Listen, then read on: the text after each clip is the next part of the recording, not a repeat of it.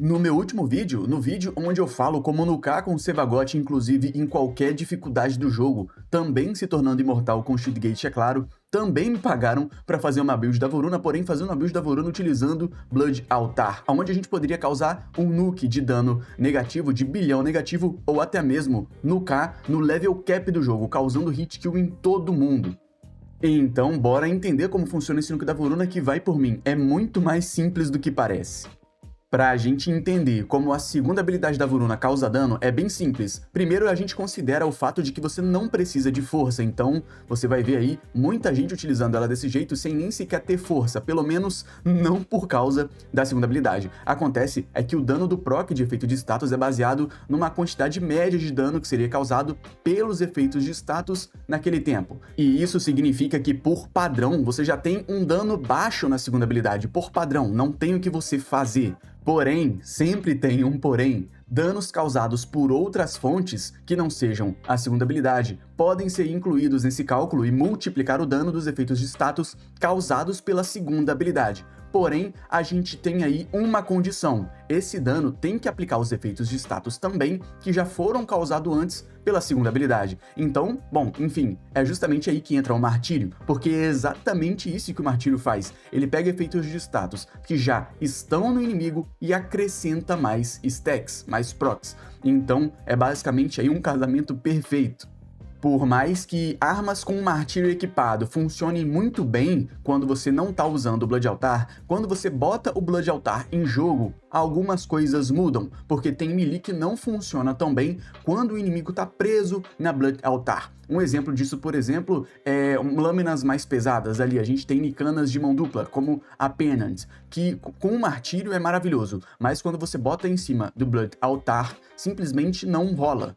Quer dizer, calma aí, deixa eu me explicar melhor. Até funciona, porém, tem um pequeno probleminha. Vai funcionar no segundo ataque pesado da Pennant, por exemplo. Isso porque no segundo ataque pesado da Pennant, ela causa também o efeito de knockback. E é justamente esse efeito de knockback que faz com que o martírio funcione em inimigos presos pela Blood Altar. Então, armas como a Pennant, por exemplo, ou qualquer outra arma mais pesada dessa forma, sim, simplesmente não é tão viável. Além de ser lenta, você tem que acertar o segundo golpe pesado para o segundo golpe pesado apenas funcionar.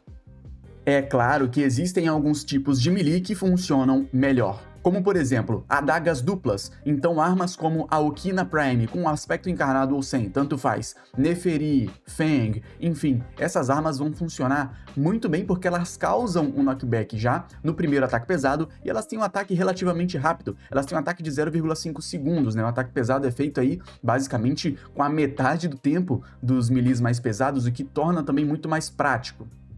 Outra espécie de arma que eu vejo muita gente usando, que também é dupla, são as espadas duplas, que funcionam relativamente bem também, é basicamente a mesma coisa e o funcionamento, porém com uma diferença de que elas têm 0,2 segundos a mais de tempo. Ou seja, o ataque pesado, você leva 0,7 segundos para terminar a animação, mas isso não é nem um pouco problema, até porque a gente usa coisas aqui que também aumentam a velocidade desse ataque. Então, enfim, a gente tem aqui de exemplos para espadas duplas, como por exemplo, a Dual Wishers mesmo, eu acabo que vejo muita gente utilizando elas. Você tem a Dex Dacra, a Dual Ether, enfim, é muita arma aqui, então você pode escolher literalmente qualquer uma. E calma que ainda não acabou, seguindo ainda a linha de duas armas juntas, ou seja, uma arma em cada mão, a gente ainda tem as tonfas, então você tem a Cronen, Praedos, Oma, Prisma Oma, se você preferir. Enfim, qualquer uma dessas aqui também funciona de forma semelhante. Ela também é um pouco mais devagar, assim como a espada, então você tem 0,7 segundos aí de ataque pesado, mas, como eu falei, não faz tanta diferença assim, você acaba que nem nota. E por último, mas não menos importante, quer dizer, eu vou ser um pouco sincero aqui, é menos importante sim, a gente tem as foices. Você pode utilizar foices, como por exemplo a própria Ódio, Reaper Prime, Caustacista, enfim. Porém, a gente tem uns pequenos probleminhas aqui quando a gente vai usar a foice. Primeiro, a foice é uma arma só, então você dá um golpe só por ataque pesado, ou seja, você tem aí metade da eficiência quando o assunto é efeito de status por golpe. Então sim, foice é menos eficiente para você procar efeito de status.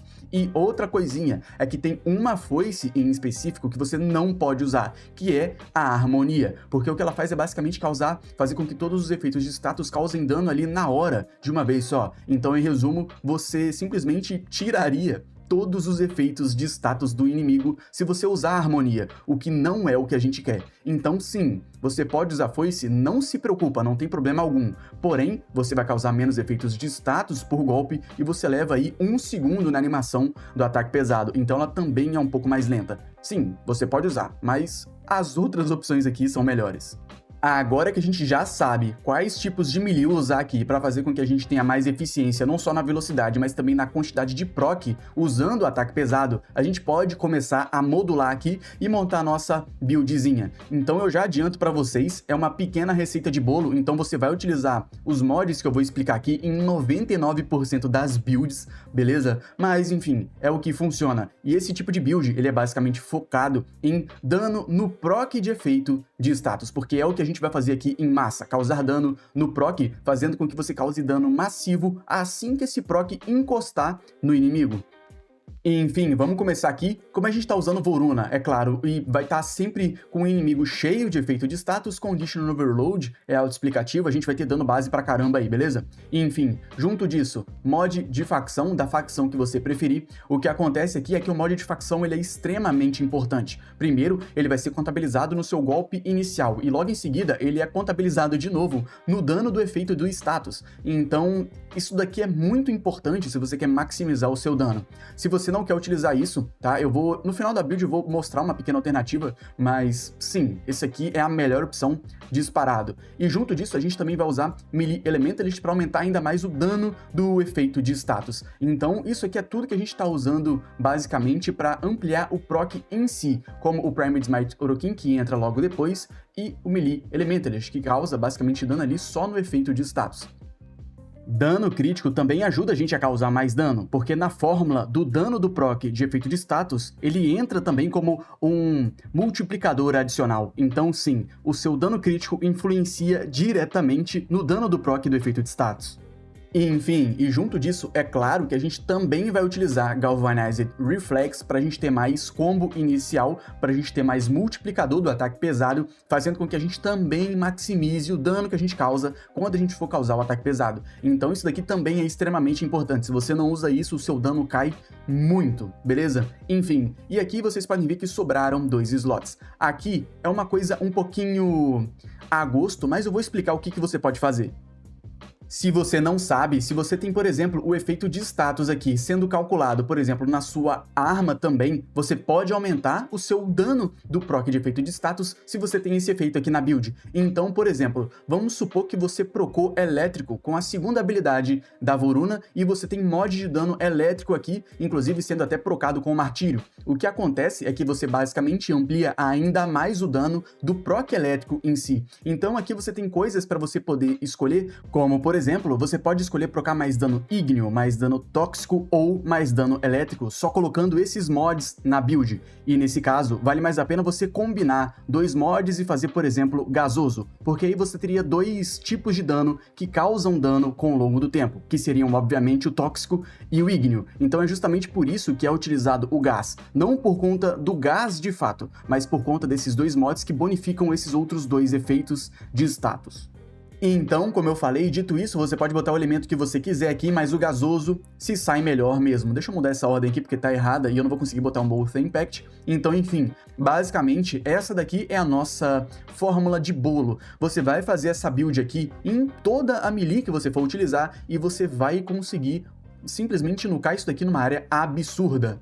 E calma, vocês lembram que eu falei que eu daria uma opção aqui se você não gosta de jogar de mod de facção? Sim, ó, você pode colocar aqui um Killing Blow, beleza? É claro que ele não chega nem perto da eficiência do Primal Smite Orokin e a gente já tem muito dano base por conta do Condition Overload. Mas, enfim, se você não gosta de usar mod de facção, não tem pra onde você fugir. Essa aqui seria a melhor opção.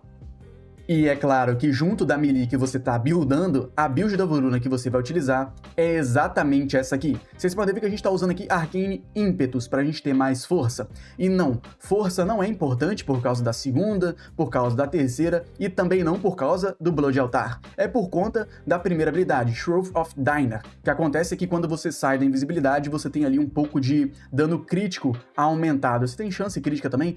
Enfim, o que acontece é que força aqui aumenta o seu multiplicador de dano crítico. E junto disso a gente também vai usar o Crepuscular Arcano, que dá mais dano pra gente, mais dano crítico final, mais multiplicador de dano crítico, na verdade, quando a gente tá invisível. E sim, quando você bate, você perde a invisibilidade da Voruna. Mas, por exemplo, quando você simplesmente bate enquanto tá invisível, o golpe ele conta como um golpe de stealth, invisível, e também conta o Arcane Crepuscular. Então, você vai ficar invisível, vai dar um ataque pesado, e aí você volta para invisibilidade. É simples assim. Justamente por isso que a gente tem aquele escalonamento absurdo de dano e efeito de status. Junto disso, vocês podem ver, tudo que eu tô usando é para aumento de alcance.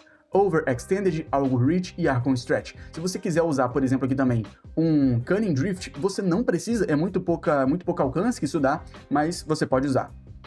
E junto de tudo isso, é claro, você também vai usar Prey of Diner, porque além dele tornar esse inimigo vulnerável, né, é claro que você tem que ficar invisível com a primeira habilidade pro inimigo ser marcado, tá? Só relembrando. Mas o que acontece é que esse inimigo marcado, ele além de ficar mais vulnerável a dano, ele também aumenta a área de dispersão de efeito de status da segunda habilidade. Então é muito simples o funcionamento dessa build. Você vai ficar invisível com a primeira habilidade. Você vai até o inimigo que está marcado, ele vai estar brilhando, inclusive ele fica marcado através de parede também, vai usar a segunda habilidade nele, vai usar a Blood Altar em seguida e vai usar o ataque pesado nesse inimigo depois. E aí, meu amigo, é simples. Você volta para a invisibilidade e simplesmente olha para o inimigo e desliga a Blood Altar. Quando você desligar a Blood Altar, o dano vai ser simplesmente espalhado numa área imensa. Então é justamente por isso que Prey of Diner é uma coisa que é essencial para essa build aqui. Eu também estou utilizando Rolling Guard, porque quando a gente sai da invisibilidade, a gente pode ficar um pouco vulnerável ali a morrer, né? É claro que a gente não está usando mais nada aqui para tancar Adaptation,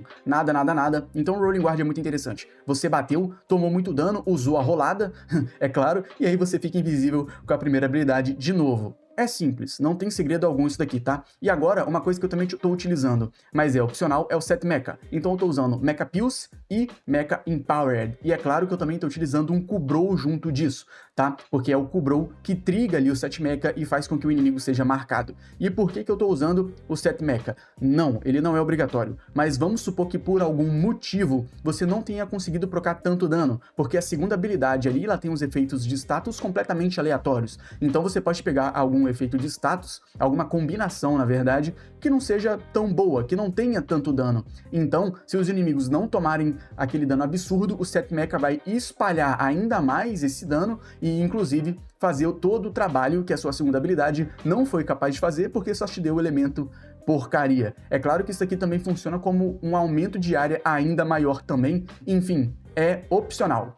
Mas, se você não quiser usar Set Mecha, é simples. Você pode colocar aqui um Corrosive Projection, e como eu comentei anteriormente, se você quiser, você pode colocar aqui um Cunning Drift para aumentar mais o seu alcance.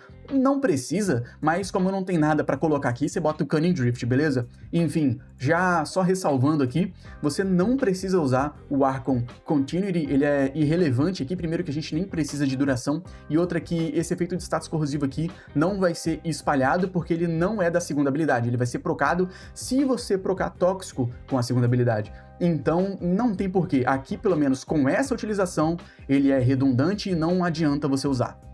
E de fragmento eu tô usando 3 aqui de aumento de dano crítico corpo a corpo, não tô usando roxo, tá? Por 2 motivos aqui. O primeiro, não precisa, seria desperdício. Vocês viram todo o dano que eu tô causando só usando esses 3 aqui, e nem forjados em tal eles são. E outra coisa é que a Voruna, mesmo usando o Flow, não chega ali a 500 de energia, então o roxo não ativaria. Só pra ativar aqui você vai precisar de um fragmento forjado em tal de energia azul, tá? Que te dá 75. Mas é o que eu falei, isso aqui é só se você realmente quiser investir tudo na Voruna, mas não precisa, cara, vai por mim, é bobeira. Enfim, outras coisas aqui são completamente opcionais e de realmente escolha própria, como por exemplo, High Strix. Minha High Strix está sem mod nenhum, eu estou usando ela para exemplificar algum efeito de status que eu eventualmente vá utilizar com a Martírio, tá? Mas é só pro vídeo mesmo, então não, você não precisa, você pode usar o que você quiser aqui. E o foco de escola, você também pode usar o que você quiser, o que você preferir, que não tem problema algum aqui. Eu tô usando a Madurai porque eu tava fazendo cascata solo, mas, enfim, fora isso, não tem necessidade de usar a Madurai também. E então, resumindo o resumo sobre companheiro use o que você quiser, o que você tiver ou o que te der na telha. Faça o que você quiser aqui, porque a utilização da Voruna é completamente independente e você não precisa de um companheiro para sinergizar diretamente ou indiretamente com a build da Voruna. E enfim, rapaziada, esse foi o vídeo, espero que vocês tenham gostado. Valeu, tamo junto e é nóis!